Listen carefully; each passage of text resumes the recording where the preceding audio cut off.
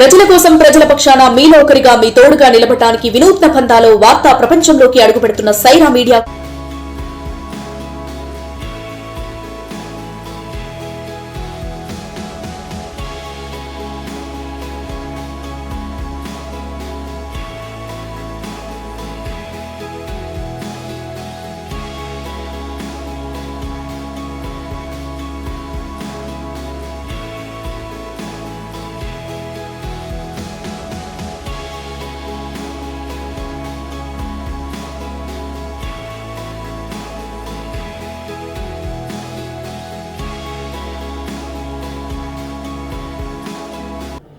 నమస్కారం, సైరా మీడియాకు స్వాగతం.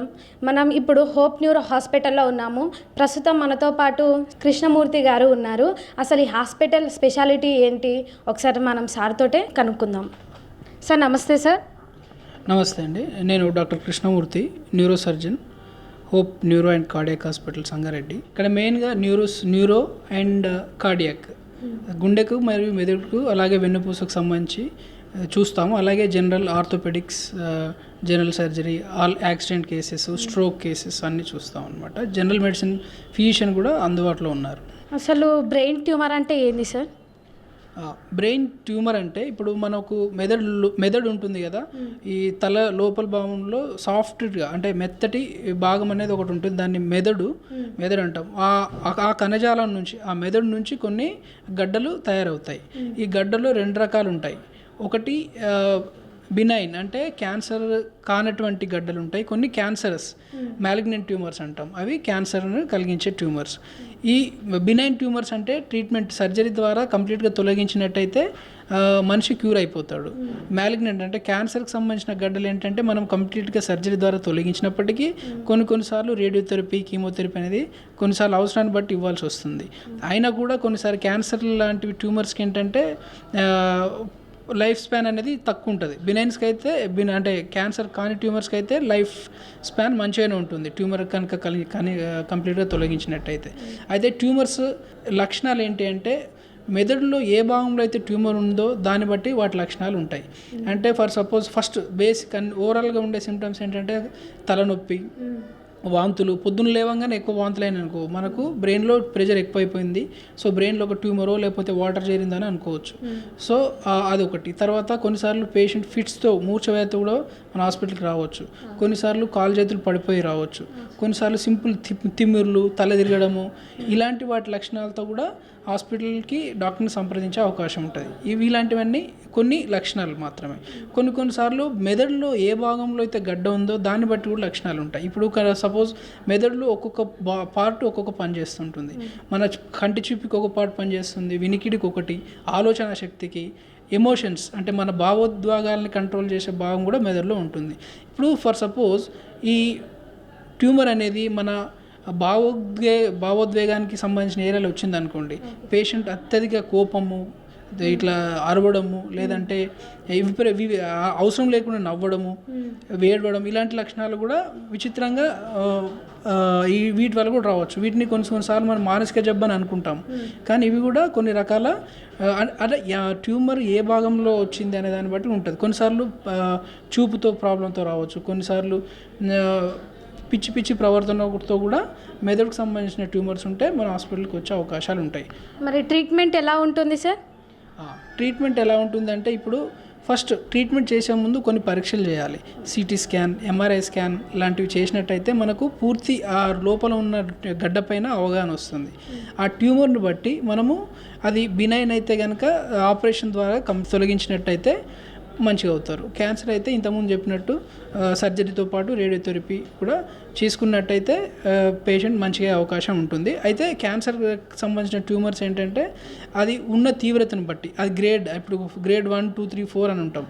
గ్రేడ్ 4 అంటే హై గ్రేడ్ అనమాట. హై గ్రేడ్ ట్యూమర్స్కి మనం ఎంత సర్జరీ చేసినా కూడా 1-2 years కన్నా బతికే అవకాశం ఉండదు. అది సివియర్కి లాస్ట్ స్టేజ్లో వచ్చిన వాళ్ళకి. ఎర్లీ స్టేజెస్ వస్తే ఆపరేట్ చేసినట్టయితే, మందులు వాడినట్టయితే తొందరగా మంచి అవకాశం కూడా ఉంటుంది. అసలు ఇట్లాంటి ప్రాబ్లం రాకుండా మనం ఎలాంటి జాగ్రత్తలు తీసుకోవాలి సార్?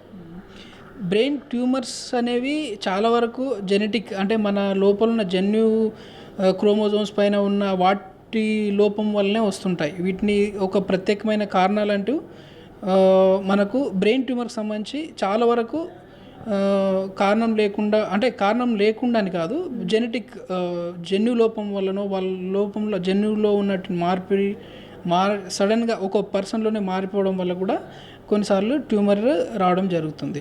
కొన్నిసార్లు కొన్ని రసాయనాలు, కెమికల్స్, కొన్ని పాయిజన్స్ వల్ల కూడా కొన్ని లాంగ్ ఎక్స్పోజర్, కొన్నిసార్లు ఇప్పుడు ఎక్స్రే, సిటీ స్కాన్ మిషన్ రూమ్లో పనిచేసే కొంతమంది ఉంటారు, కొంతమంది ప్రొఫెషన్స్ రేడియేషన్ దగ్గరలో పనిచేస్తుంటారు. ఈ రేడియేషను లేకపోతే కొన్ని కెమికల్ ఎక్స్పోజర్ సంబంధించి కూడా ఎక్కువ రోజులు ఎక్స్పోజ్ అయినట్టయితే బ్రెయిన్ ట్యూమర్ డెవలప్ అయ్యే అవకాశం ఉంటుంది. అలాంటి వాళ్ళు కనుకుంటే ఇప్పుడు రేడియేషన్కి సంబంధించి ఇప్పుడు ఎక్స్రే నోట్ లేకపోతే సిటీ స్కాన్ రూమ్లో పనిచేసే వాళ్ళు ప్రొటెక్టివ్స్ వేసుకోవాలి. ఇప్పుడు లెడ్ యాప్రన్స్ అని అంటాము. కొన్ని కెమికల్స్ అయితే కొన్ని మాస్క్లు అలాంటి రకరకాల జాగ్రత్తలు తీసుకున్నట్టయితే వాటిని కూడా రాకుండా కాపాడవచ్చు. కొన్ని మనము ఈ ప్రివెంటబుల్ కారణం, అంటే మనము నిరోధించలేనటువంటి కారణాలు ఉన్నప్పుడు మనం ఇంకా చేసేది ఏమి ఉండదు, వచ్చిన తర్వాత దానికి ఆపరేట్ చేసుకోవడమో మందుల ద్వారా చేసుకోవడమే ఉంటుంది. అంటే ఇప్పుడు ఇది సహజంగా చిన్నపిల్లలకు కానీ వస్తుందా సార్, ఓన్లీ పెద్దవాళ్ళకి మాత్రం వస్తుందా? బ్రెయిన్ ట్యూమర్స్ చిన్నపిల్లలు కూడా వస్తాయి, పెద్దల్లో వస్తాయి, మధ్య వయసులో కూడా వస్తుంటాయి. చిన్నపిల్లల్లో వచ్చే ట్యూమర్స్ కొన్ని స్పెసిఫిక్గా పిల్లల్లోనే వస్తుంటాయి, పెద్దల్లో వచ్చేవి పెద్ద ఉంటాయి. పిల్లల్లో వచ్చేవి కొన్ని పుట్టుకతో వచ్చే ట్యూమర్స్ ఉంటాయి, కొన్ని క్యాన్సర్స్ కూడా ఉంటాయి. చిన్నపిల్లలు కూడా చాలా వరకు క్యాన్సర్స్ ఉంటాయి. మనం కూడా ఇక్కడ ఆపరేట్ చేసాము. సో ఆ ఏజ్ని బట్టి ఇంతకుముందు చెప్పినట్టు వాళ్ళ పుట్టుకలో ఏమన్నా జన్యులోపం వచ్చినా కూడా ట్యూమర్స్ ఆటోమేటిక్గా డెవలప్ అయిపోతాయి. సో చిన్న పిల్లలకు ఇలాంటివి మనము ప్రివెంటబుల్ రీజన్స్, అంటే నిరోధించగలిగే కారణాలు ఏం లేకుండా కూడా వాళ్ళకి గడ్డలు డెవలప్ అయ్యే అవకాశం ఉంది. కాబట్టి ఆ గడ్డలు డెవలప్ వచ్చినాయి అనుకోండి, వాటిని మనం ఆపరేషన్ ద్వారా తొలగించడం తప్ప వేరే మార్గమేం లేదు. అసలు స్ట్రోక్ అంటే ఏంది సార్? మరి అసలు స్ట్రోక్ అంటే ఏంటంటే మనం బ్రెయిన్లో కనుక రక్తనాళాలు చిట్లిపోవడము లేదంటే రక్తనాళంలో గడ్డగట్టడం వల్ల బ్రెయిన్కి రక్త సరఫరా అయిపోతుంది. దానివల్ల పేషెంట్కి స్పృహ తప్పిపోవడము లేదంటే కాలు చేతులు పడిపోవడము ఇలాంటి లక్షణాలతో హాస్పిటల్కి వస్తుంటారు. స్ట్రోక్లో బేసిక్గా 3 రకాలు ఉంటాయి.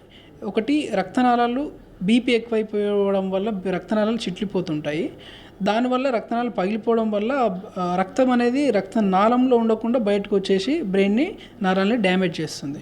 సో అలా డ్యామేజ్ చేసినప్పుడు ఏమైందంటే అక్కడ చుట్టూ ఉన్నటువంటి నరాలని పనిచేయకుండా పోతుంది.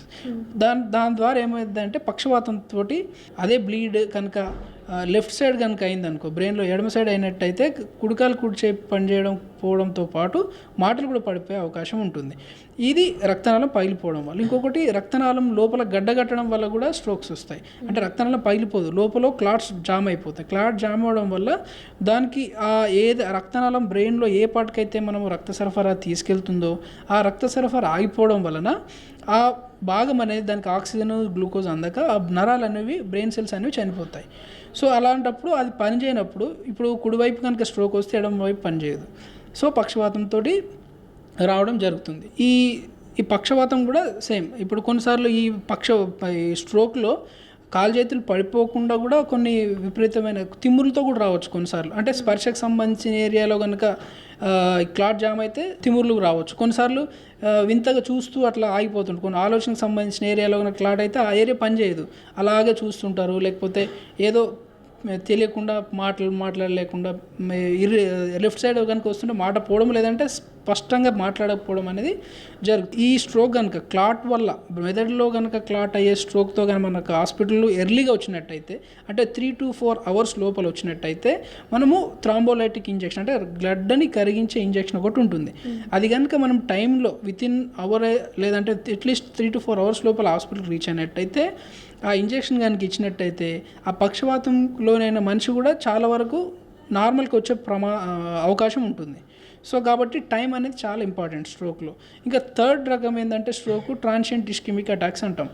క్లాట్, ఇది కూడా క్లాట్కి సంబంధించే బ్రెయిన్ సెల్స్లో ఒక క్లాట్ కనుక జామ్ అయినప్పుడు అది ఆ టైంకి ఆ బ్రెయిన్ సెల్స్ పనిచేయకుండా పోతాయి. కానీ అదృష్టం కొద్దో లేకపోతే ఆ బ్లడ్ ఫ్లోకో లేకపోతే ఆ క్లాట్ అనేది కరిగిపోవడం బ్రేక్ అయిపోవడం వల్ల ఆ రక్త సరఫరా అనేది వెంటనే రీఎస్టాబ్లిష్ అవుతుంది. అంటే మళ్ళీ మూసుకుపోయిన రక్తంలో మళ్ళీ తెలుసుకుపోవడం వల్ల brain function within 3 to 4 minutes వరకు మనకు ఆక్సిజన్ లేకపోయినా బ్రెయిన్ సెల్స్ సర్వైవ్ అవుతాయి, బతుకుతాయి. కాబట్టి ఆ టైంలోనే కానీ రక్తం బ్రెయిన్కి వెళ్ళినట్టయితే దాని బ్రెయిన్ మళ్ళీ నార్మల్గా పనిచేయడం స్టార్ట్ అవుతుంది. కానీ దీన్ని కూడా మనము అట్లా నెగ్లెక్ట్ చేయడానికి లేదు. ఇలా వచ్చినా కూడా సడన్గా వీక్నెస్ వచ్చి నార్మల్ అయినా కూడా హాస్పిటల్కి వచ్చి సరైన పరీక్షలు చేసుకొని మళ్ళీ రాకుండా ముందు జాగ్రత్తగా మందులు తీసుకున్నట్టయితే ఇలాంటి స్ట్రోక్స్ మళ్ళీ ఫర్దర్గా రాకుండా ఉంటాయి.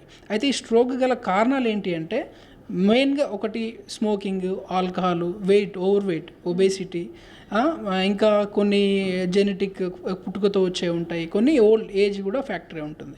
సో మన చాలా వరకు మన చేతిలో బీపీ, షుగర్ కూడా స్ట్రోక్ రావడానికి కారణాలు. చాలా వరకు మనం ఈ కారణాలు చూసుకున్నట్టయితే చాలా వరకు కూడా మన చేతిలో ఉన్నాయి. ఇప్పుడు మనం కనుక డైలీ వ్యాయామం చేసినట్టయితే మనము బీపీ, షుగర్ కంట్రోల్ ఉంటుంది. బీపీ, షుగర్ కంట్రోల్ ఉంటే స్ట్రోక్ వచ్చే అవకాశాలు తక్కువ ఉంటాయి. అలాగే స్మోకింగ్, ఆల్కహాల్ అనుకోండి, అది మన చేతిలో పనే. సో అది కూడా మనము ఆపేయడం, లేదంటే వీలున్నంత వరకు కంట్రోల్గా ఉన్నామనుకోండి, అదుపులో కనుక ఉన్నట్టయితే ఈ స్ట్రోక్స్ అనేవి రాకుండా కూడా మనం చాలా వరకు నివారించవచ్చు, అరికట్టవచ్చు. ట్రీట్మెంట్ ఎలా ఉంటుందంటే స్ట్రోక్కి ఇంతకుముందు చెప్పినట్టు వితిన్ 3-4 అవర్స్లో వస్తే కనుక మనము థ్రంబోలైసిస్ అంటాం. లేట్ అయినా కూడా ట్రీట్మెంట్ లేదంటే ఉన్నది, దానికి సంబంధించి వేరే మందులు ఇస్తాం క్లాట్ కరగడానికి. అలాగే లోపల కనుక బ్లీడ్ అయింది అనుకోండి, రక్తంలో పగిలిపోయినట్టయితే దాని తీవ్రతను బట్టి చిన్నగా ఉంటే మందులతోనే తగ్గుతుంది.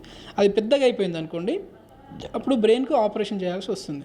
బ్రెయిన్కి సంబంధించిన ఒక సైడ్ పుర్రెని తీసేసి ఆ క్లాట్ని కనుక తీసేస్తాము. అవసరమైతే ఆ పుర్రెని అక్కడ పెట్టామా, లేదంటే బ్రెయిన్ ప్రెషర్లో వాపు ఎక్కువ ఉందనుకోండి, ఆ పుర్రె తీసి మనము తీసేయడము, లేదంటే కొన్నిసార్లు ఆయన దానికి పెట్టాలనుకున్నప్పుడు కడుపులో చర్మం కింద పౌచ్ లాగా చేసి దాచిపెడతాం. పేషెంట్ మంచి అయిన తర్వాత మళ్ళీ తీసి దాన్ని 3-4 months తర్వాత మళ్ళీ బ్రెయిన్కి అతని పుర్రెని అతనికి అమరుస్తాం. ఈ ఆపరేషన్ అనేది బ్రెయిన్లో వాపు పెరిగినప్పుడు, పేషెంట్ స్పృహ అనేది కాన్షియస్ లెవెల్ తగ్గినప్పుడు, ఈ స్ట్రోక్లో ఎలాంటి స్ట్రోక్ అయినా, ఈ క్లాట్ అయినా, బ్లీడ్ అయినా, రెండిట్లో కూడా మన అవసరాన్ని బట్టి ఈ బ్రెయిన్ సర్జన్ సంబంధించిన సర్జరీ చేస్తాం. స్పాండిలైటిస్ అంటే ఏంటి సార్? స్పాండిలైటిస్ అంటే వర్టిబ్రా, దానికి సంబంధించిన స్పైన్. సో దీనికి కనుక వాపు వాపు వస్తే దాన్ని స్పాండిలైటిస్ అంటాం. వాపుకు చాలా రకాలు ఉంటాయి. సింపుల్గా డీజనరేటివ్ అంటే ఏజ్తో పాటు వేర్ అండ్ టేర్ వల్ల ఇవి బొక్కలు అరిగిపోయి కూడా చుట్టూ వాపు వచ్చి, లేదంటే ఇన్ఫెక్షన్స్ వల్ల రావచ్చు, జనరల్ ఇన్ఫెక్షన్స్, లేదంటే దెబ్బ తాకిన తర్వాత కూడా కొన్నిసార్లు వాపు రావచ్చు. అలా వచ్చినప్పుడు ఈ వాపు ద్వారా ఈ నరాల మీద ఒత్తిడి పడి ఆ పెయిన్ ఓన్లీ ఈ మెడ నొప్పో, నడుము నొప్పో ఇలా నొప్పులు రావచ్చు. లేదంటే నరం మీద కనుక ప్రెషర్ పడినట్టయితే తిమ్మిలు రావడము, కాళ్ళు చేతుల్లో బలం తగ్గడము, నడుస్తుంటే బ్యాలెన్స్ తప్పిపోవడము, ఇలాంటి లక్షణాలన్నీ కూడా స్పాండిలైటిస్. దాని స్టేజ్ని బట్టి ఎర్లీగా అయితే ఓన్లీ నొప్పి, తిమ్ములతో వస్తుంది. ఇంకా కంప్రెషన్, ఒత్తిడి, నరం మీద ఒత్తిడి ఎక్కువైనప్పుడు బలం తగ్గడము, నడుస్తుంటే బ్యాలెన్స్ అవుట్ అవడము, కొన్నిసార్లు నడవలేని పరిస్థితి కూడా రావచ్చు. దీనికి స్పాండిలైటిస్కి కొన్ని రకరకాల పరీక్షలు ఉంటాయి. ఎక్స్రే, ఎంఆర్ఐ చేసిన తర్వాత ఆ వ్యాధి తీవ్రతను బట్టి సర్జరీ, మెడిసిన్స్, లేదంటే ఆపరేషన్ ద్వారా కూడా దాన్ని మనము ట్రీట్ చేసే అవకాశం ఉంటుంది. ఈ డిస్క్ వల్ల కూడా కొన్నిసార్లు నరం ఒత్తుకుపోతుంటుంది. వీటికి ఆపరేషన్ చేసినట్టయితే పేషెంట్ మళ్ళీ నార్మల్ స్థితికి తీసుకొచ్చే అవకాశం ఉంటుంది. ఇలాంటి పెయిన్ రాకుండా ఉండాలి అంటే ఎలాంటి జాగ్రత్తలు తీసుకోవాలి సార్? డైలీ ఈ స్పాండిలైటిస్ చాలా వరకు కూడా మనం ఫిట్నెస్ లేకపోవడం వల్ల కూడా వస్తుంటుంది. సో వాటికి మనకు రెగ్యులర్ వ్యాయామము, ఫిజికల్ థెరపీ ఇలాంటివి ఉండాలి. ఊరికే సెడెంటరీ లైఫ్ స్టైల్ కూడా చాలా వరకు వీటికి కారణాలు అవుతున్నాయి. So proper diet, physical exercises ఇవన్నీ ఉన్నట్టయితే కొన్ని మనం నివారించవచ్చు. కొన్ని ఇన్ఫెక్షన్స్, ఈ ఏజ్ రిలేటెడ్ కొన్నిసార్లు డిజనరేటివ్స్ వచ్చినప్పుడు వాటిని మనము మందుల ద్వారా లేదంటే సర్జరీ ద్వారా నయం చేయొచ్చు. అంటే ఇప్పుడు ఓల్డ్ వాళ్ళకే కాకుండా యంగ్ వాళ్ళు కూడా అట్లా పెయిన్ అవుతుందని చాలా మంది చెప్తున్నారు కదా సార్, అట్లాంటి వాళ్ళకి మీరు ఏం చెప్పాలనుకుంటున్నారు? ఈ మధ్య బాగా యంగ్స్టర్స్కే బాగా స్పాండిలైటిస్ ప్రాబ్లం వస్తుంది. మెయిన్ రీజన్స్ ఇవే: ఫిట్నెస్ లేకపోవడము, ఓవర్ వెయిట్, కొన్నిసారి sudden sports heavy weight lift చేసినప్పుడు కూడా డిస్క్స్ జారుతుంటాయి. అవి చేసేటప్పుడు కొంచెం ఫిట్నెస్ లేకుండా మనము హెవీ స్పోర్ట్స్కి వెళ్ళినాం అనుకోండి, ఈ డిస్క్లు పట్టేయడము, ఏదైనా మనం ఫిట్ లేకుండా సడన్గా ఏదో 50 కిలోలు లేపినప్పుడు దాన్ని భరించే శక్తి ఉండదు. సో డిస్క్ స్లిప్ అయిపోతుంటాయి. స్లిప్ అయినప్పుడు కూడా షియాటికా పెయిన్ కానీ, ఇట్లా మెడల్లో స్పాండిలైటిస్ కానీ, సర్వైకల్ స్పాండిలైటిస్ కానీ అలా వస్తుంటాయి. దాని ద్వారా చెయ్యికో తిమ్మురులో లేకపోతే చెయ్యికో కాలుకో నొప్పి రావడం కానీ చూస్తుంటాం. ఇలాంటి వాటికి ఆ వచ్చినప్పుడు ఇంకా సివియారిటీని బట్టి ఎక్కువ ఉందనుకో, డిస్క్ మొత్తం స్లిప్ అయితే మనకు ఆప్షన్ ఏమి ఉండదు. ఇంకా సర్జరీ ద్వారా దాన్ని స్లిప్ అయిందని తొలగించేయడం, సెట్ చేయడం చేసి నయం చేయడం జరుగుతుంది. కెమెరామెన్ రమేష్తో భానుప్రియ, సంగారెడ్డి నుండి.